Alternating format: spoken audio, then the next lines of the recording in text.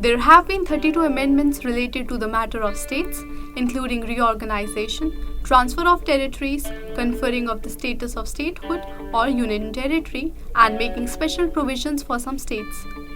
12 amendments have been made for reservation of scheduled caste, scheduled tribe, and Anglo-Indians in Parliament and state legislature. 8 amendments have been made for their reservation in educational institutions and jobs. Since 1952, the Rajya Sabha has passed 107 constitution amendment bills. Of these, 1 was negated by the Lok Sabha, while 4 lapsed due to the dissolution of the Lok Sabha. The bill negated by the Lok Sabha was for proclamation of President's rule in Punjab, which was passed by Rajya Sabha in 1990. Of the 103 amendments of the Constitution, only the 99th Amendment for setting up the National Judicial Commission was held unconstitutional by the Supreme Court. The First Amendment Act 1951 amended Article 15, empowering the state to make any special provision for the advancement of scheduled castes and scheduled tribes. Article 19 was also amended to secure constitutional validity of Zamindari abolition laws. It also made provisions to restrict the right of freedom of speech and expression and the right to practice any profession. The Seventh Amendment Act 1956 provided for a change in the composition of Lok Sabha through readjustment after every census. The 24th Amendment Act of 1971 amended Articles 13 and 368 to remove all doubts about the power of Parliament to amend the Constitution.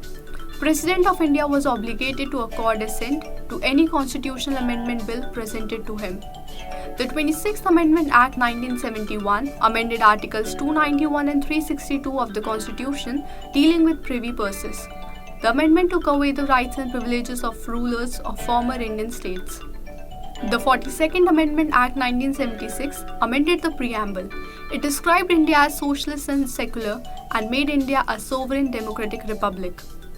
Fundamental duties of citizens to the nation were added to Part 4th of the Constitution. New directive principles were added. Jurisdiction of the Supreme Court and High Courts to review the constitutionality of the laws was curtailed. High Courts were prohibited from deciding on the constitutional validity of central laws.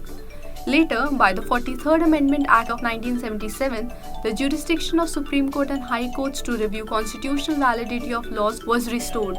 The 44th Amendment Act of 1978 sought to correct the aberrations that crept into Constitution by the amendments made during the period of emergency. Right to liberty was strengthened by stipulating that detention under Prevention Detention Act shall not be for more than 2 months.